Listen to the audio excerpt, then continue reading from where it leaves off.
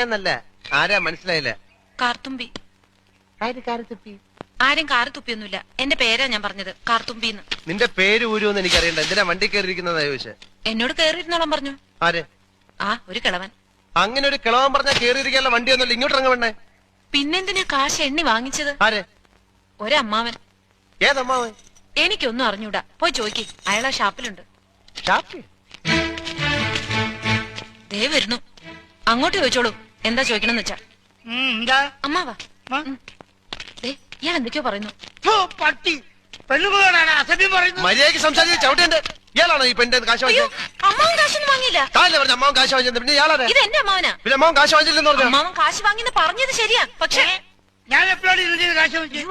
അമ്മാവൻ കാശ് വാങ്ങിന്നല്ല ഞാൻ പറഞ്ഞത്. പറഞ്ഞു അമ്മാവൻ കാശ് വാങ്ങിച്ചെന്ന് പറഞ്ഞു. എന്റെ അമ്മാവൻ കാശ് വാങ്ങിന്നല്ല ഞാൻ നുണച്ചിനെങ്ങാനും പറഞ്ഞാലുണ്ടല്ലോ. പിന്നെ നുണ പറയുന്നവരെ എന്ത് വിളിക്കുന്നത്? സത്യമാമെന്ന് വിളിക്കണം. ഞാൻ പറഞ്ഞത് നേര് തന്നെയാ. ഇത് എന്റെ അമ്മാവനാ.